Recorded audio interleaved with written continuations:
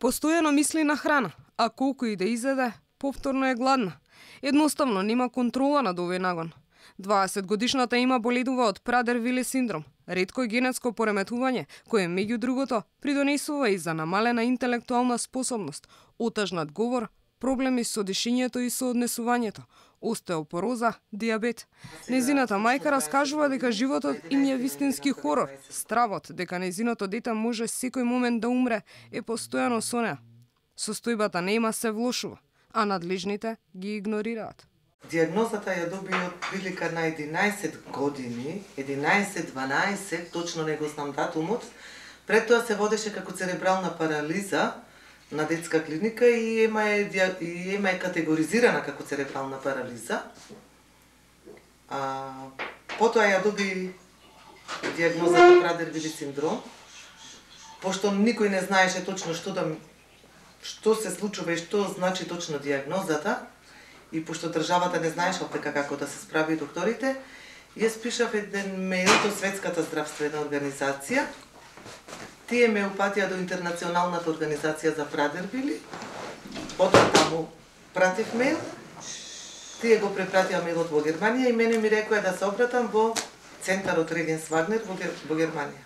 Има 5 години била во Германија, заминала со тежина од 110 килограми, а веќе по краток престој таму, кај неа било забележано големо подобрување. Сепак проектот завршил, па таа морала да се врати во земјава, каде лекарите не знаат како да ја третираат. Нема протоколи, ниту пак центар за нејзино згрижување. Професор Марковиќ ја прегледа и ми кажа дека ова е прво дете, дека немале до сега ваков случај, дека е најстаро дете, прв случај, и дека навистина заслужува ова дете да биде вратено во Германија, пошто во државата никој не го прима, нема таков центар и не знаат да се справат со болеста. Мајката вели дека конзилијарното мислење, документ со кој лекарите од ендокринологија советуваат лекување во странство, е кај министерот Филипч. Без овие документи не може да побараат пари од државата. Не во ред државата да ми го остави детето да умри дома и утре да рече како за Тамара случајот дека јас не побарав помош. Дајте ми го документот.